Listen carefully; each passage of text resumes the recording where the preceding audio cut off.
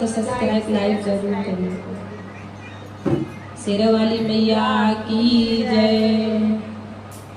भेज दे बोडोलिया कहाँ रावा